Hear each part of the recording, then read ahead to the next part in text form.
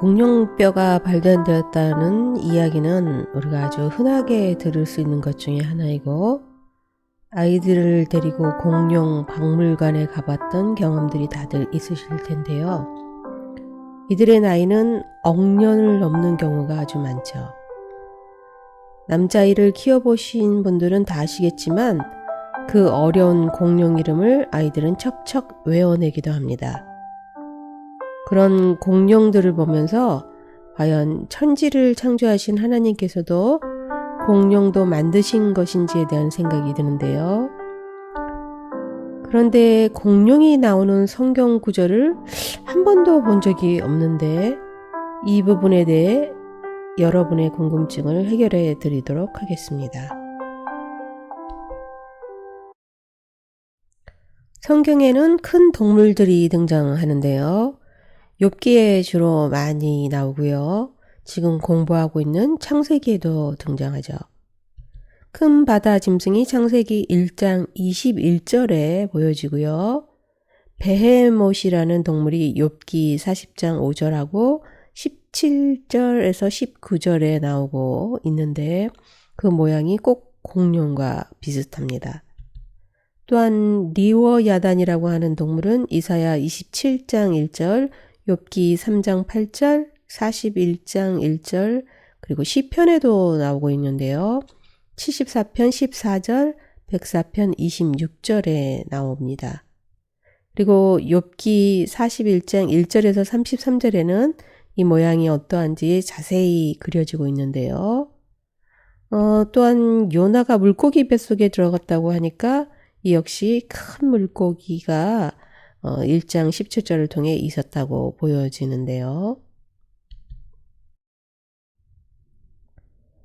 먼저 창세기 1장 21절에 나오는 큰 바다 짐승이 무엇인지 알아보도록 하겠습니다. 본문을 한번 먼저 보시죠.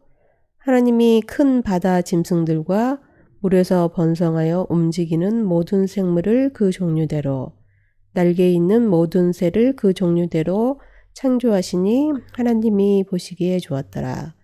여기에 나오는 큰 바다 짐승은 히브리어로 타닌이라고 하는데요. 이것을 고래로 해석하는 경우도 있지만 창세기 1장에는 그 어떤 동물도 이름이 등장하지는 않습니다. 따라서 이 큰 바다 짐승을 고래라고 보는 것은 조금 어색할 것 같습니다. 그렇다면 과연 이것은 무엇을 말하는 것일까요?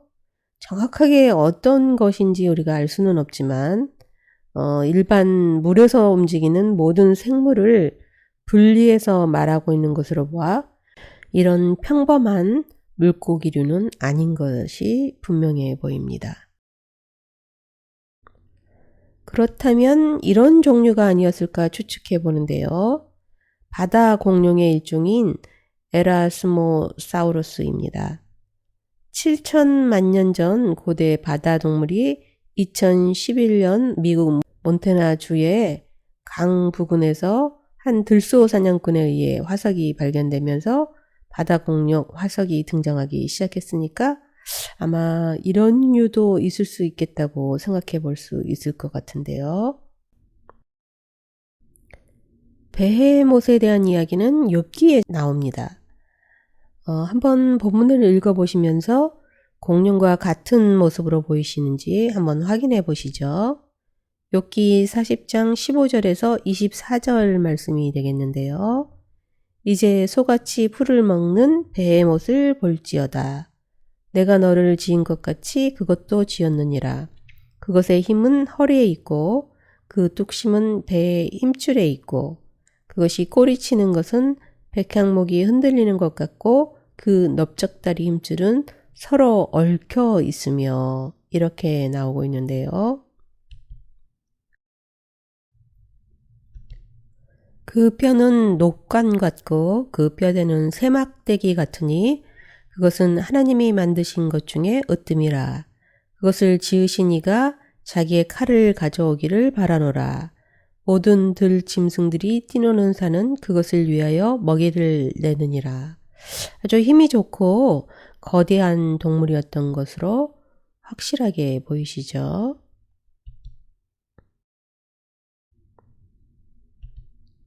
힘은 허리에 있고 그 뚝심은 배의 힘줄에 있다고 하는데 보시면 배가 보통은 아닌 것 같습니다. 그것이 꼬리치는 것은 백향목이 흔들리는 것 같다고 했는데 백향목은 레바논 산맥에서 높이가 30m 넘게 자라서 하늘을 찌르듯 매우 크고 우람하게 자라는데요. 1500m에서 1900m 고지의 돌땅에서도 자란다고 합니다. 크기가 대단한 것을 말하는 것이겠죠. 그런데 이게 꼬리 정도 되는 것이니까 얼마나 우람한지 상상이 되질 않는데요. 뼈는 놋관 같고 뼈대는 세막대기 같다고 했으니까 크기나 생김새로 보아 일반적인 동물은 아닌 게 분명해 보입니다. 아마 초식 동물이었던 브라키오사우루스나 세이모사우루스와 비슷할 것 같은데요. 세이모사우루스의 크기가 40에서 50m 정도 되고 꼬리의 길이가 20에서 25m 가까이 된다고 하니까 이런 모습의 동물이 아니었을까 추측은 가능할 것 같습니다. 베롯에 대한 표현을 조금 더 살펴보고자 하는데요. 강물이 소용돌이 칠지라도 그것이 놀라지 않고 요단 강물이 쏟아져 그 입으로 들어가도 태연하니 그것이 눈을 뜨고 있을 때 누가 능히 잡을 수 있겠으며 갈고리로 그것의 코를 꿰 수 있겠느냐. 얼마나 크고 웅장한 동물인지 충분히 이해가 가는 그런 표현인 것 같습니다. 리워 야단에 대해서는 이사야 27장 1절, 욥기 3장 8절, 41장 1절, 시편 74편 14절, 백사편 26절에 등장하고 있는데 그 어디보다도 욥기 41장이 이 모습을 잘 묘사해 주고 있습니다. 읽어보시면서 모습을 한번 상상해 보시죠. 내가 낚시로 리워 야단을 끌어낼 수 있겠느냐? 노끈으로 그 혀를 맬 수 있겠느냐? 너는 밧줄로 그 코를 꿰 수 있겠느냐? 갈고리로 그 아가미를 꿰 수 있겠느냐? 누가 그것의 턱을 벌릴 수 있겠느냐? 그의 둥근 이틀은 심히 두렵구나. 그것은 몽둥이도 지푸라기 같이 여기고 창이 날아오는 소리를 우습게 여기며 그것의 아래쪽에는 날카로운 토기 같은 것이 달려있고 그것이 지나갈 때는 진흙바닥에 도리깨로 친 자국을 남기는구나. 그것의 뒤에는 빛나는 물줄기가 나오니 그는 깊은 바다를 백발로 만드는구나. 세상에는 그것과 비교할 것이 없으니 그것은 두려움이 없는 것으로 지음받았구나. 굉장히 위험 있고 또 힘도 있고 아주 맹렬한 그런 동물일 것 같은데요. 이것은 스피노사우루스인데요. 앞에서 설명한 리워 야단과 비슷한 모습이 될 것 같습니다. 밧줄이나 갈고리로 꿰 수도 없고 턱을 벌리거나 이가 날카롭다고 했으니까 두렵고 날카롭게 생긴 이런 모습이면서도 물에서도 사는 그런 류의 동물로 상상할 수 있을 것 같은데요.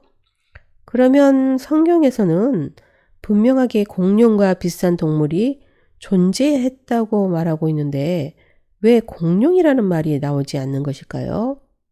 일반적으로는 듣지도 못하고 보지도 못했던 베헤롯이나 리워야단 이런 말들만 나오고 있는데요.